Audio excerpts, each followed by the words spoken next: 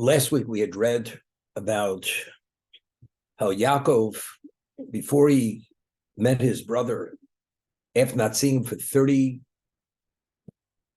nearly 36 years, 34, 35 years, it was going to be the ultimate showdown. Yaakov did not know if he'd survive this battle. And he prepared for three things. He prepared a very valuable gift that he sent in different groups to present to Esav to diffuse his anger. He prayed to God for mercy and to uphold his guarantee that he said he would protect him. Thirdly, he prepared for war. Ultimately, he didn't have to resort to war. They embraced, they kissed, they cried, and each one went on their own way. But before he confronted Esav, his brother, he was attacked by an angel. And this angel was the spiritual counterpart, which represents Esav. The representation of evil in existence. That's what that angel represented. And Yaakov had to contend, although he was immortal, he had to be able to somehow defeat this spiritual power who came to destroy Yaakov. Despite Yaakov being immortal, he was able to defeat the archangel of Esau, and he would not allow him to leave until he agreed that the blessing that he received from his father was legitimately acquired because he had purchased the birthright.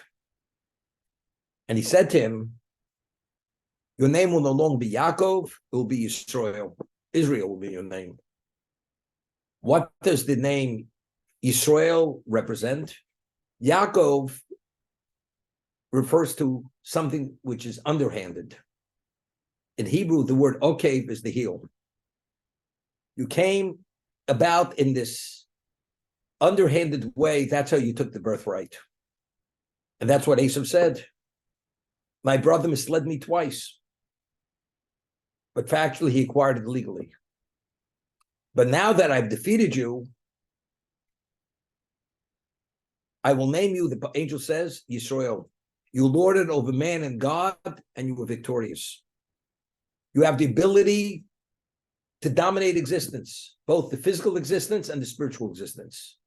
Physical existence is Lavan and Esav.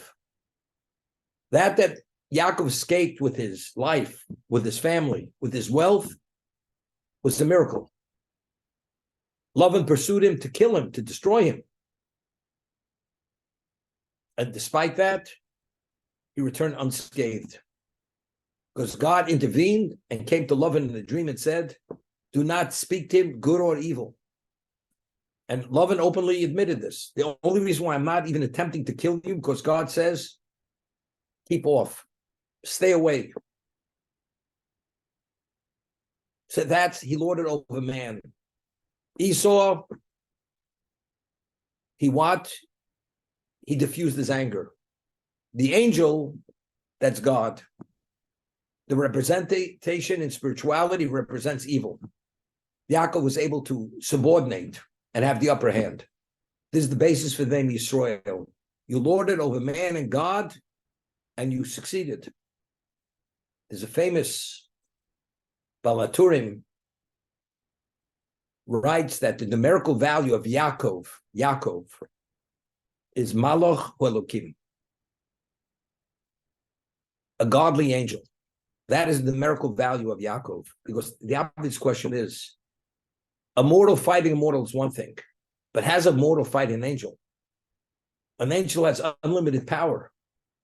Yaakov's only a human being. It's true. Yaakov, in his physical makeup, is an ordinary human being, but his value of essence is no less than the angel. The numerical value of Yaakov is Malach Elokim, the angel of God. Yaakov was an angel in human form.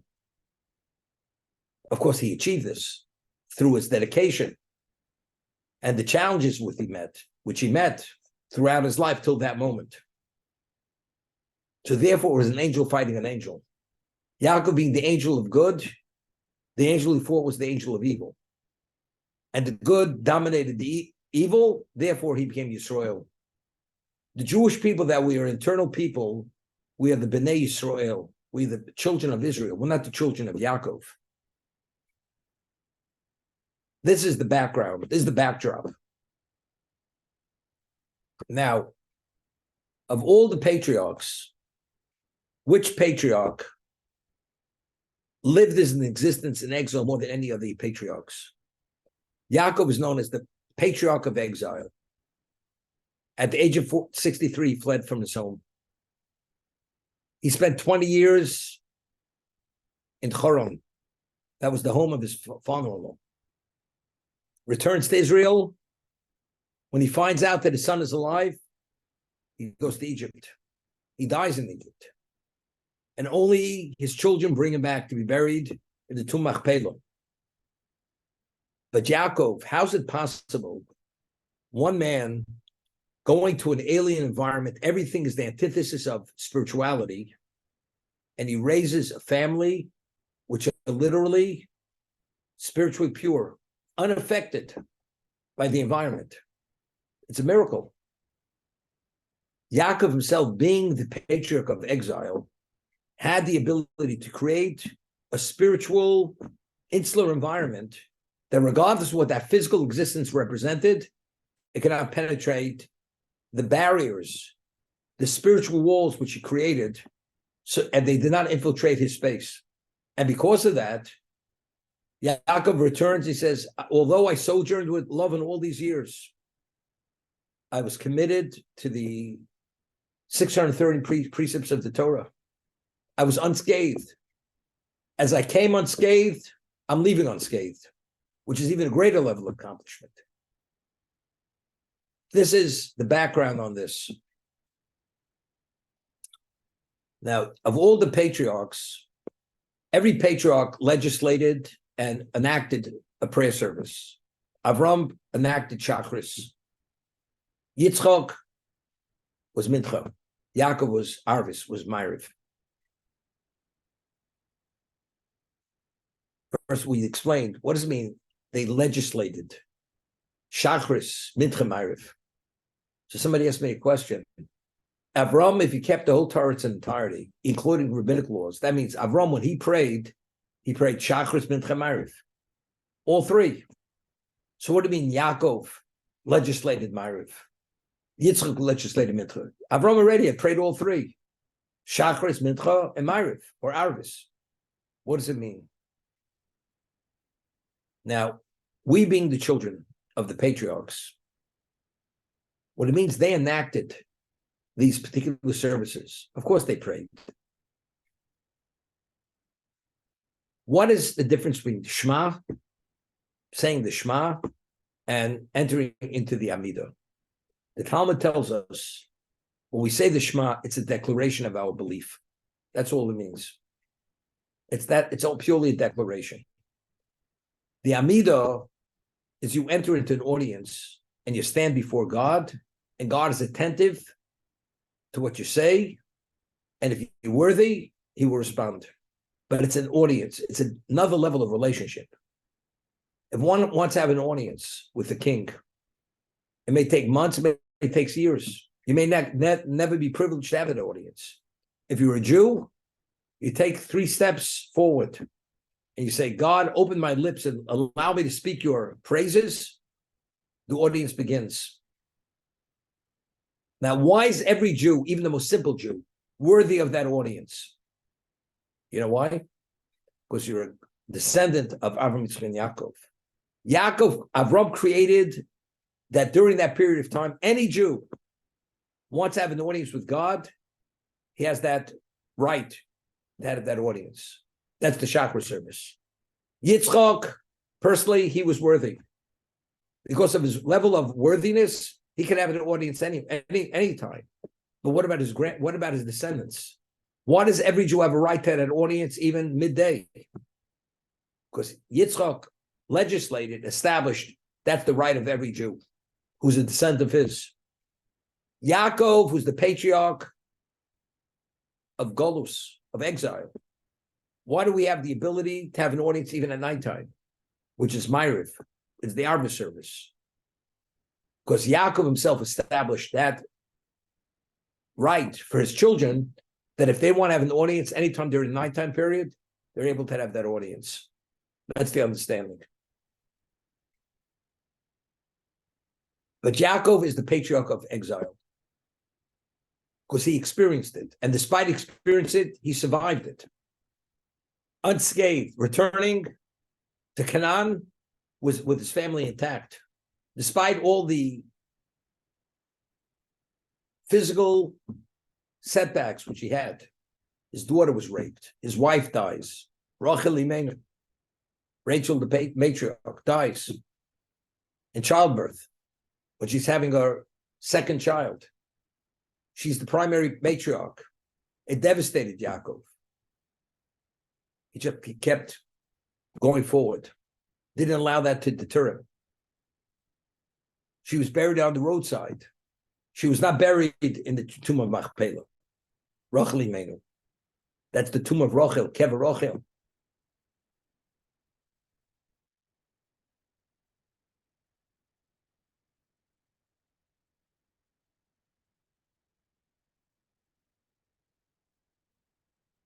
We read about Yosef. Yosef was the apple of the eye of his father. We find after spending 14 years working for his two wives, Yosef is born in the 14th year. Yosef says to Lavan, I'm ready to return. Lavan is not ready to let go so soon. He says to Yaakov, all the blessing that's come to my house, to my home, is only due to you being here. Name your price, I'm willing to pay that wage. So they negotiated something. For the next 6 years, he became a very wealthy man, Yaakov, through breeding sheep based on that agreement. So the question is, why after the 14th year when Yosef was born, why did Yaakov want at that moment to return? Evidently, he wasn't concerned for Esav. Until then, he understood that he cannot return. But when Yosef is born, he could return. Why? So there's a verse in Ovadja, that's Obadiah, who himself was an Edomite who converted to be a Jew, who became a prophet, writes, Beis Yaakov Eish, the house of Jacob is the equivalent of fire. Beis Yosef lehovo, the house of Joseph is a flame. Beis Esav kash, the house of Esau is straw. If you have a coal, a glowing coal, and you have straw, how does the fire of the glowing coal consume the straw if there's no flame? But if there's a flame emanating from the hot coal, the glowing coal, that flame will consume the straw. So to be able to reach out and consume the straw, you need the flame. Who's the flame? The flame is Yosef. When Yosef was born, what his level of representation was now, Yaakov now has the flame. There's an existence within Yaakov's family representing spirituality that Yaakov now has the force. He could destroy Esau could destroy him. It's a flame reaching out to destroy the straw. The house of Esau is the equivalent of straw. The flame will consume it, will destroy it. Now, why? What's the reason? Now, what was the difference between Yaakov and Esau? Yaakov, he sends the gift, very valuable gift to his brother. And after his brother cries, and there's some brotherly feeling between two of them, he says, what's all this about? All this gift, this wealth you send me? He says, it's to find favor in your eyes. So Esau says to Yaakov, but I have so much. I have so much.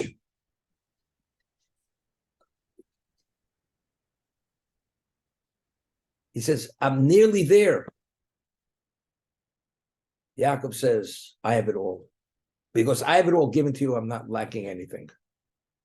As little as I have, as much as I have. Whatever it's meant I should have, I have it all. Esav says, no, until I have it all, I don't have it all. Chazal tell us, when a person dies before he leaves this world, even 50% of his aspirations are not accomplished. Not even 50%. When a person, you want taken the whole world. We're all very idealistic. I want this, I want that. Whatever your aspirations may be, one does not even meet 50% of his aspirations. Esav says, I nearly have it all. If you nearly have it all, you never have it all. Esav says, Yaakov says, I have it all. That's the difference between Yaakov and Esav.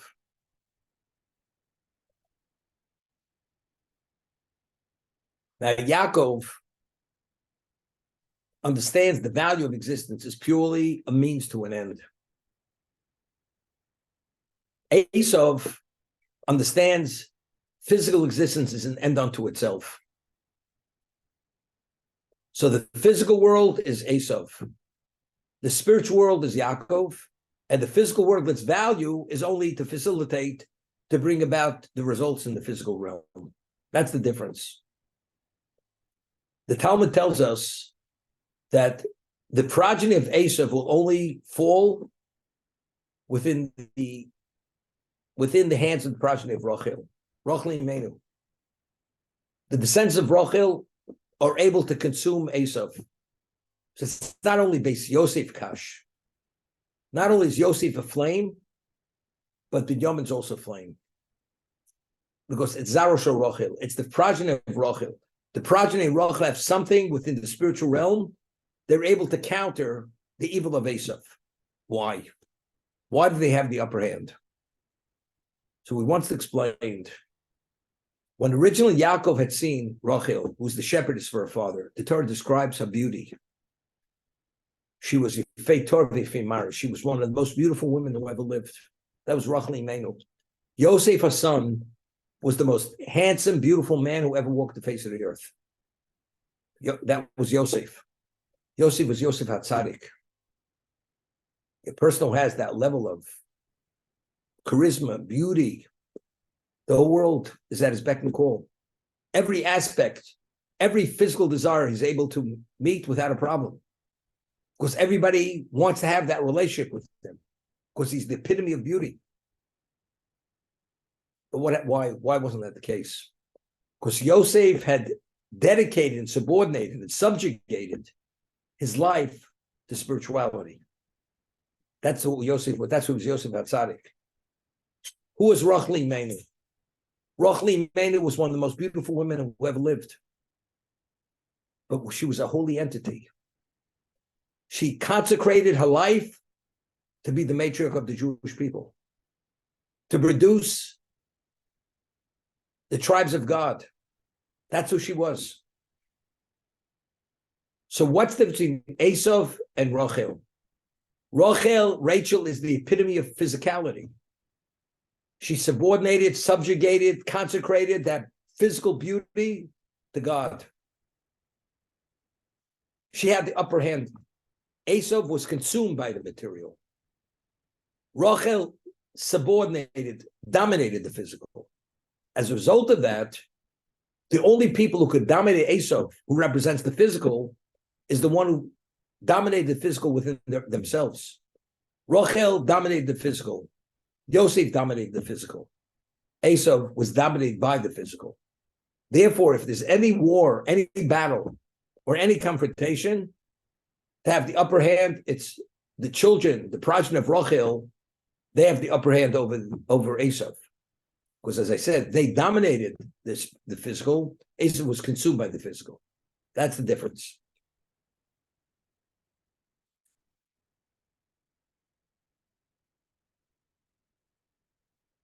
We find that when Yaakov presented his family to Esav, first he presented the concubines and their children. Then he presented Leah and her children. And then it says he presented Yosef and Rachel. When Yosef and his mother stood before Esau, Yosef shielded his mother that Esau's eyes should not be able to gaze at the beauty of his mother. So he stood before his mother. The mother stood before the children. But Rachel, Yosef stood before Esau, that the eyes of this evil man should not gaze at the beauty of his mother. And he wasn't intimidated by Esau. You realize Esau wasn't a simple person. You have to be concerned. He may be slighted, offended. You're blocking his view from your mother. Yosef was not concerned. He blocked it. He did not want the eyes of this evil man to gaze on the beauty of his mother. The question is, why not? Was he concerned that that Esau may be attracted and take his mother away from his father? Definitely not. So what was Yosef concerned about? That his eyes would gaze at his mother's beauty. So I give an example. You have a Sefer Torah, which is the holiest scroll that exists. It's written by a sofer who has one of a kind of handwriting, the equivalent of calligraphy. The way he forms those letters is something magnificent. He's one of a kind of scribe. And somebody looks at this Sefer Torah, a person who's an expert of art, of ancient art. He says, this looks like the beauty, and I see the style is similar to a pornographic painting. Could you imagine? That means he's seeing, his eyes see this in the context of something which is vile and the equivalent of an abomination. Are you going to let that man look at the Sefer Torah? That the way he processes it, he sees it as what? Something vile and objectionable? Definitely not. When you looked at Rachel Imenu, she was an epitome of holiness. She rated holiness. She was the primary matriarch of the Jewish people. So if you have a relevance to spirituality, you saw a spiritual entity. You see beauty, but this is the ultimate in spirituality. Esau being that physical being, when he sees Rachel, sees a beauty. In what context does he see that beauty? Not within the context of spirituality. He sees her as a sexual object. God forbid. For his eyes to process that in that context, it's disgraceful. That's a disgrace.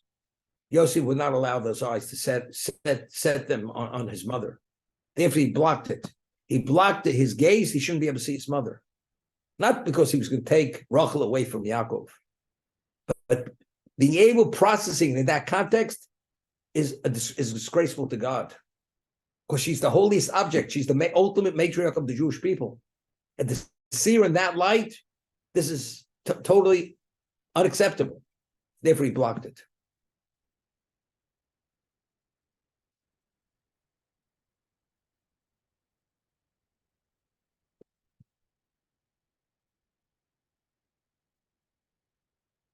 Rachel was the second wife. He married Rachel second. Leah was the first wife. Initially, when Lavan understood why Yaakov had come, he had fled from his home. He came with nothing. And he says to Yaakov, I don't expect you to work for me without some fee, without a salary. Name your price. Yaakov says, I want your daughter Rachel. I'm willing to work 7 years for her. And he worked 7 years. But why did he want Rachel? Because immediately when he saw Rachel, he saw her to be a spiritual soulmate. That she is the future matriarch of the Jewish people. What happens? Comes to the wedding. And what does Lavan do? He switches her under the chuppah. Instead of Rachel being under the chuppah, it's Leah. And Yaakov has no idea. He's being deceived. And he marries Leah thinking it's Rachel, and he only realizes it's Rachel, it's Leah when the morning comes.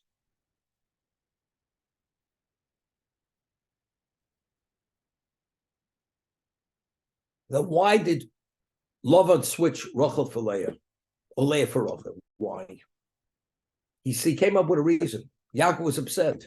So, of course, in our community, you never marry off the younger daughter before the older daughter, for the elder daughter. Therefore, it's first the older. You want the second, you work another 7 years, you could have the second daughter. So he first married Leah, then he married Rachel. So although Yaakov's interest, the primary matriarch, is Rachel, somehow Lavan did not allow it to happen. You want the second one, you work another 700 years. And he did. And of Rachel, of all the children, who was the most special child? That was born from Rachel, not from Leah. Yosef, we read in this week's reading, he was Ben Zekunim.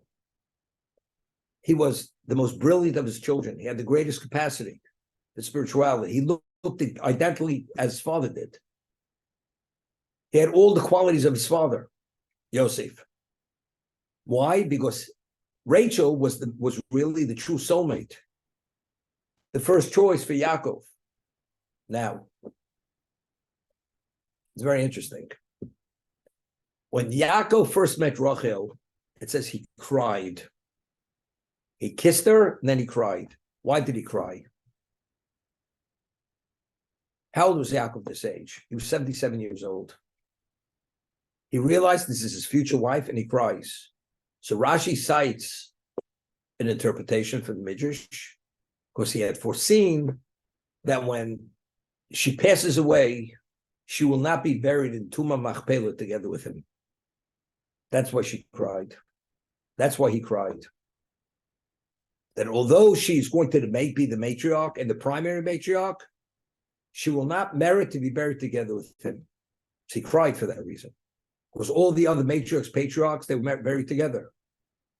With her, although she's the primary matriarch, Leah was buried in the Tumah Machpelah, not Rachel. Where's Rachel buried? She's buried Derech Beis Lechem, not far from Norman's house. Not too far. Stone's throw. That's Kever Rachel. Why was she buried on the road to Beis Lechem? Why? So Yaakov explained why, because it was under divine dictate, she should be buried there. Why? Because in the future, when the first temple will be destroyed and the Jews are going to exile, Rachel will come out of her grave and supplicate God that after so many years of exile, her children should return. It says, V'shavu Rachel mevakal boneo. Rachel is beseeching God for her children with tears. And what is Hashem's answer? Kol b'ram nishma, v'shavu banu levulam. The children are returning. They're coming back from exile. But who's the one who prays that they should come back from exile? Who shakes the heavens? That's Rachel. Now, let's understand. Yaakov is the patriarch of what? Of exile. Yosef, where did he spend most of his life? In exile. He was sold at the age of 17. He did not come back.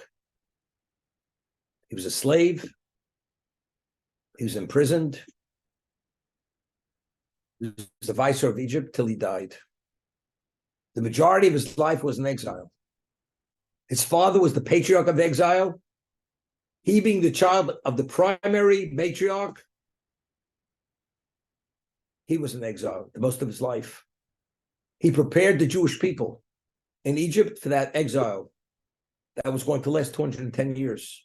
Ultimately to leave as a Jewish people to be able to be qualified to receive the Torah at Sinai. But who prepared the exile?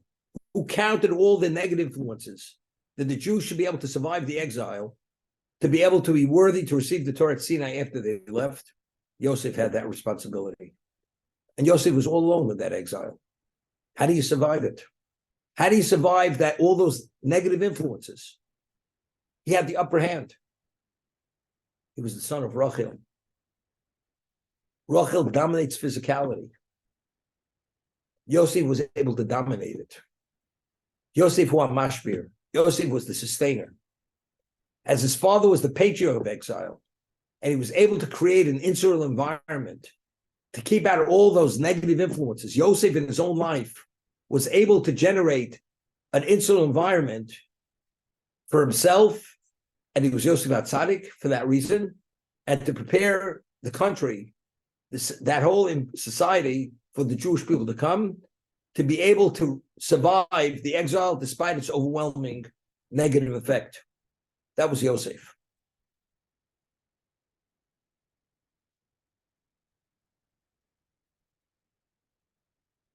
We find that Yaakov, when he fled, and Lavan found out about it, he was livid. He was infuriated. And he fled and he pursued Yaakov to kill him. He would have killed Yaakov, his children. It's only because God's intervention he did not kill him. Now, why did he want to kill him? Who ever heard of such a thing? Killing your son-in-law, killing your grandchildren. He would have killed them all. What does Lavan represent? Lavan represents evil. He was evil. What does Yaakov's family represent? This is ultimately the representation of good in the world. Lavan wanted to eradicate that good. That's what he wanted to do. So he was the antithesis of whatever Yaakov represented. Yaakov was going to be the perpetuator of goodness and to secure it and advance it. Lavan didn't want that to happen. Who was the primary matriarch? Rachel. So who should have been the first wife that Yaakov should marry? The one who he worked for. Lavan understood. As much as they can't deny him a wife, Rachel would not be the first wife. Because if Rachel's the first wife, that means you're securing the counterforce to evil in the most special way. That she will be the primary wife and married as the primary wife. Lavan says, I will change the order. The primary wife will not be first. She'll be second. If she's second, the viability, he believed that spiritual people are going to be offset. It's not going to be on that straight line. It's not going to be a beeline. Because again, what was Lavan? He was out to undermine it, not allow it to happen.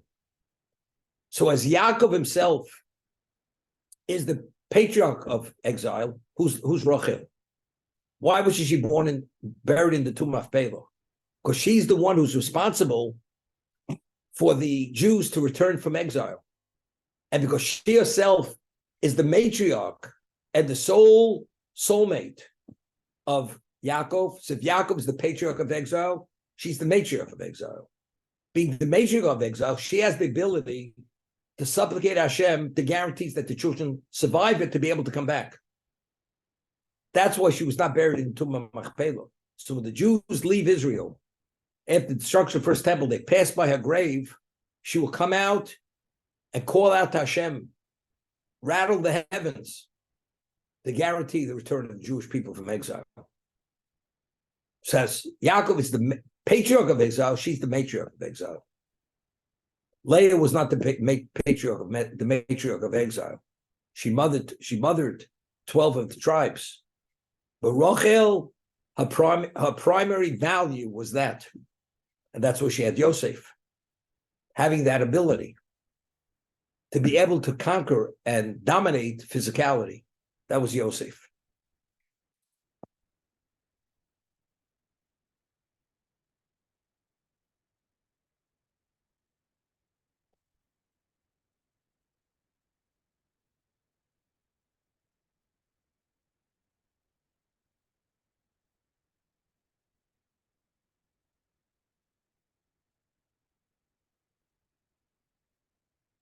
In life, everybody has their challenges.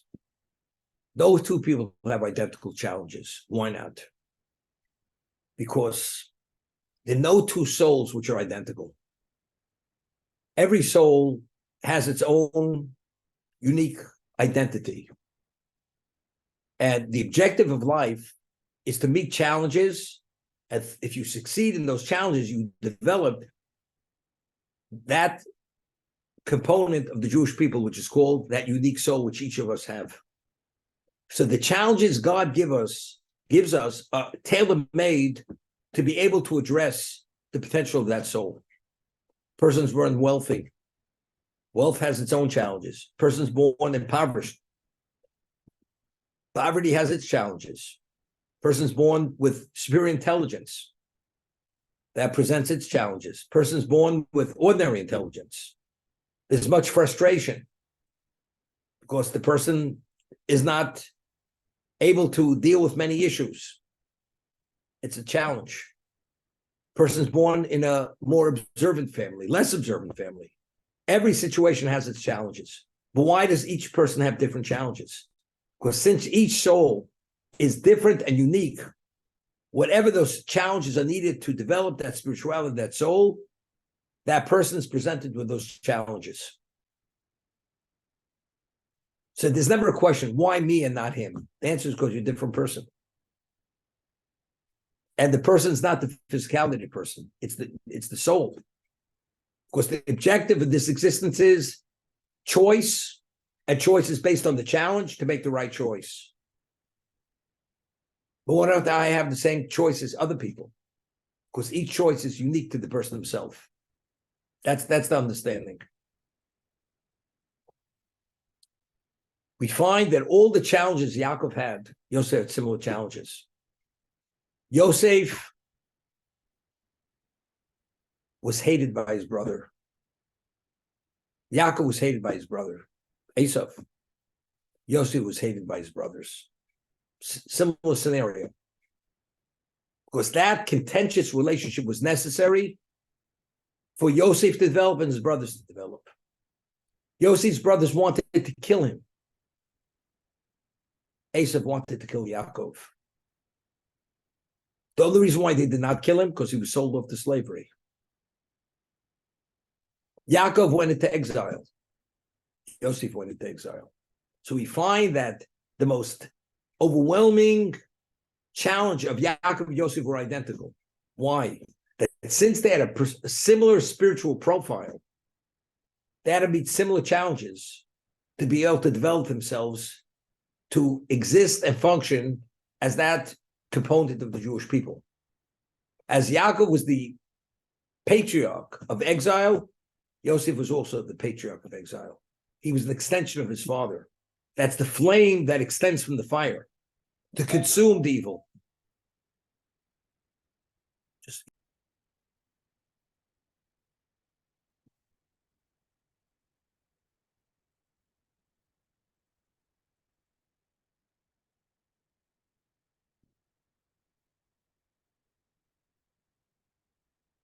Interesting, we find that, as I said, Rachel herself was a woman who was the epitome of beauty, but yet she consecrated that beauty for God. She was the matriarch.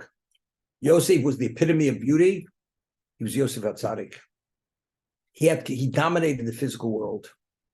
Now, we find we're holding by Hanukkah. The Greeks, who are the Greeks? The whole concept of hedonism, that was the whole Greek society. They worshiped beauty. They worshiped desire. When they had the Olympics, they were naked because they worshiped the beauty of the body. Everything was the physicality. There's nothing in the spiritual realm. The spiritual realm only has relevance to the physical. They decreed that Jews weren't permitted to circumcise themselves. Circumcision is desecration of the body. Therefore, it's a capital crime. When they used to compete, their male organ was exposed and you saw the foreskin, because that's the body in its perfect state. The Jew, we removed the foreskin.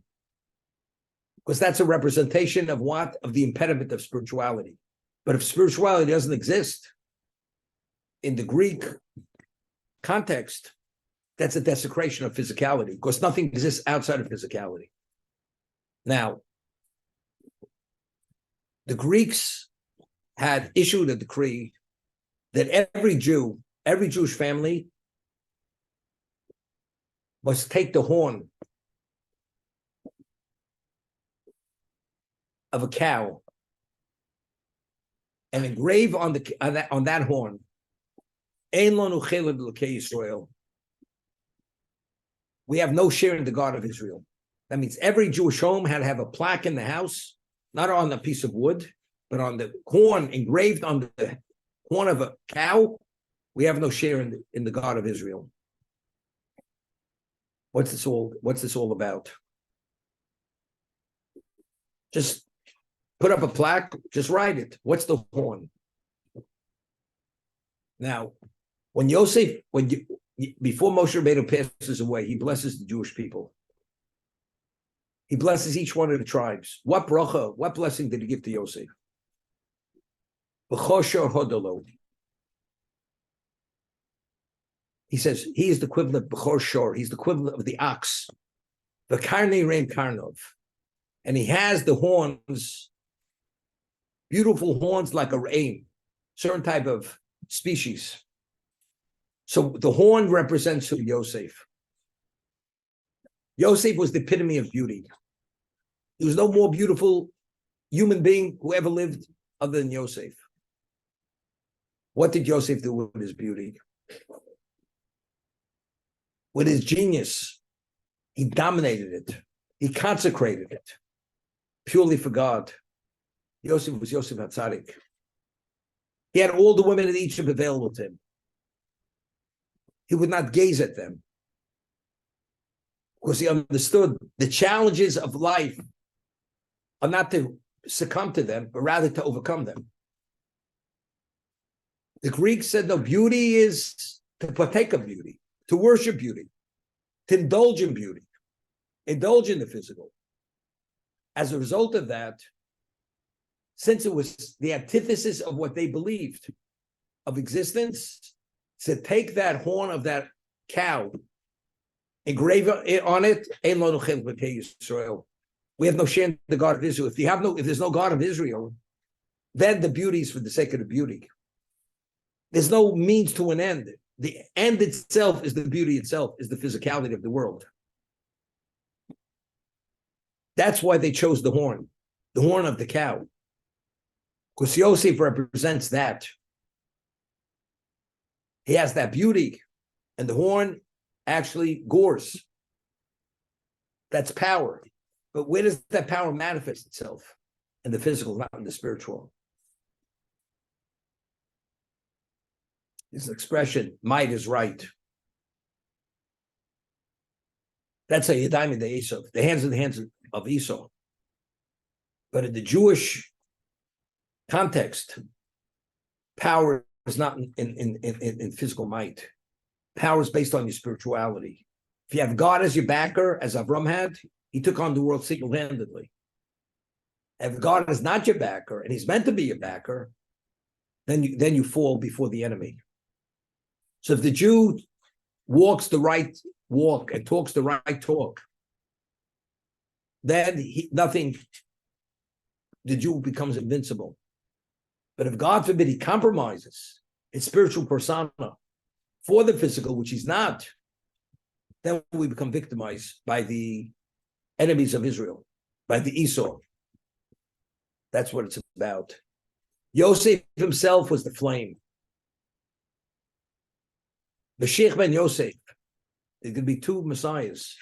Mashiach ben Yosef, the one who's descended, will fight the physical battle. The one who will be proclaimed to be the king of the world will be Mashiach ben David from the Davidic line. Yosef dominates the physical. David, he dominates the spiritual. He's the fourth leg of the heavenly throne. You have Avram, Yitzchak, and Yaakov, and you have David. They're the underpinnings of the heavenly throne of God. not Yosef. Because Yosef represents the physical, domination of physical. David represents domination of the spiritual. That's what the difference. I'm going to stop here, and any comments we'll consider.